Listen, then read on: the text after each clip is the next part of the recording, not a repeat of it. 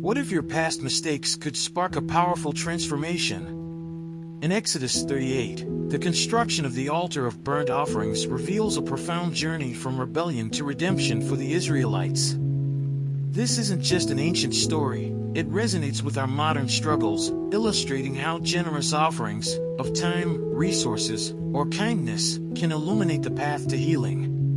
The Israelites' heartfelt decisions to contribute signify that true commitment arises from choice, not obligation. As we explore these chapters, you'll discover timeless truths about generosity, accountability, and how embracing our past can lead to a brighter future.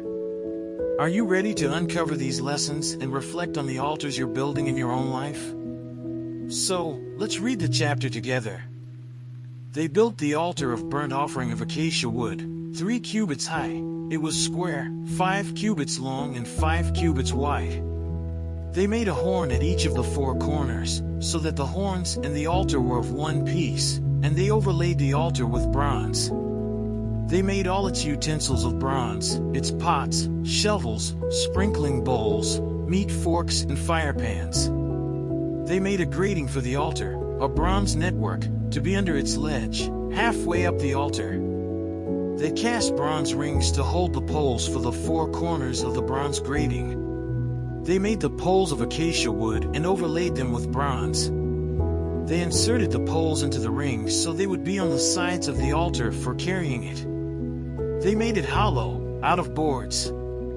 They made the bronze basin and its bronze stand from the mirrors of the women who served at the entrance to the tent of meeting. Next they made the courtyard.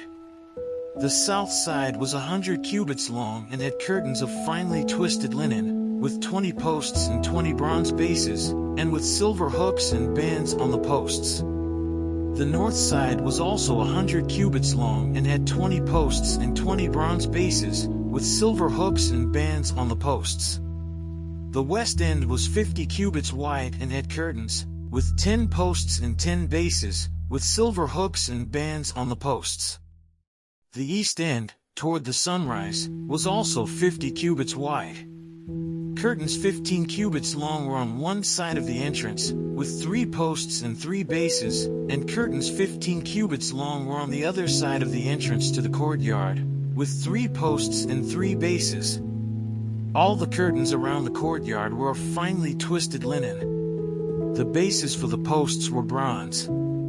The hooks and bands on the posts were silver, and their tops were overlaid with silver, so all the posts of the courtyard had silver bands. The curtain for the entrance to the courtyard was made of blue, purple, and scarlet yarn and finely twisted linen, the work of an embroiderer. It was 20 cubits long and, like the curtains of the courtyard, 5 cubits high, with 4 posts and 4 bronze bases. Their hooks and bands were silver, and their tops were overlaid with silver. All the tent pegs of the tabernacle and of the surrounding courtyard were bronze. These are the amounts of the materials used for the tabernacle of the covenant law, which were recorded at Moses' command by the Levites under the direction of Ithamar son of Aaron, the priest. Bezalel son of Uri, the son of Hur, of the tribe of Judah, made everything the Lord commanded Moses. With him was Oholiab son of Ahisamach, of the tribe of Dan, an engraver and designer, and an embroiderer in blue, purple, and scarlet yarn and fine linen.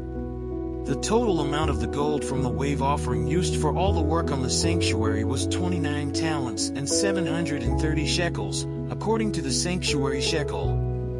The silver obtained from those of the community who were counted in the census was 100 talents and 1,775 shekels, according to the sanctuary shekel. 1 beka per person, that is, half a shekel, according to the sanctuary shekel, from everyone who had crossed over to those counted, 20 years old or more, a total of 603,550 men.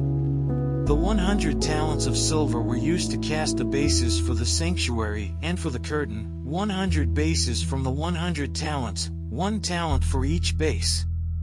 They used the 1,775 shekels to make the hooks for the posts, to overlay the tops of the posts, and to make their bands. The bronze from the wave offering was 70 talents and 2,400 shekels. They used it to make the bases for the entrance to the tent of meeting, the bronze altar with its bronze grating and all its utensils, the bases for the surrounding courtyard and those for its entrance, and all the tent pegs for the tabernacle and those for the surrounding courtyard. Let's say a quick prayer to thank the Lord for His mercy. But first, if these teachings have resonated with you, don't hesitate to subscribe to the channel and turn on notifications so you can continue exploring these transformative concepts. Let's embark on this journey together, fostering a community committed to growth, reflection, and intentional living. Are you ready to change your life and the lives of others around you? Hey God, thank you for the wisdom we've gained through this study. We're grateful for the insights into generosity, choice, and redemption found in Exodus 38. Help us to apply these lessons in our daily lives, turning our past mistakes into opportunities for growth. Guide our hearts to be open and willing, so we can build our own altars of purpose and connection. May we embrace our choices with courage and reflect your love in all that we do. Amen. Now that we've journeyed through the profound teachings of Exodus 38, it's time to reflect on how this ancient wisdom applies to your life today. What offerings are you bringing to the world?